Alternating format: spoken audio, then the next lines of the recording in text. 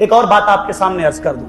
بعض لوگ یہ کہتے ہیں قرآن تو کہہ رہے ہیں وَاعْتَصِمُوا بِحَبْلِ اللَّهِ جَمِيعًا وَلَا تَفَرَّقُوا, اللہ کی رسی پکڑ لو, فرقے نہ بناؤ. تو تم کہتے ہو ہم سنی, وہ فلاں وہ فلاں وہ فلاں وہ فلاں. یہ تم نے کیا کر دیا؟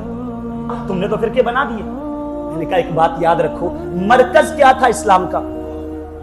توجہ, مرکز کیا تھا؟ سرکار کی ذات,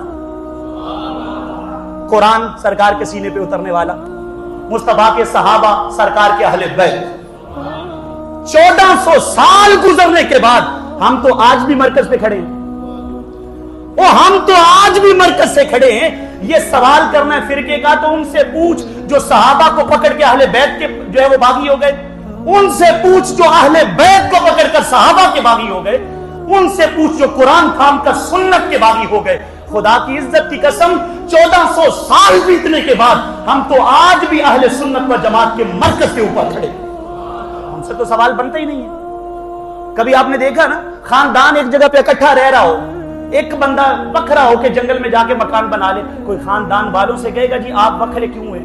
وہ کہیں بھئی ہم تو ادھر ہی ہیں. اس سے پوچھ لو جو جنگل میں چلا گیا. ہم تو گھر میں بیٹھے ہیں, ہم تو خاندان میں قبیلے میں بیٹھے ہیں. وہ جنگل میں جانے والے سے پوچھ جنگل میں کیوں گیا.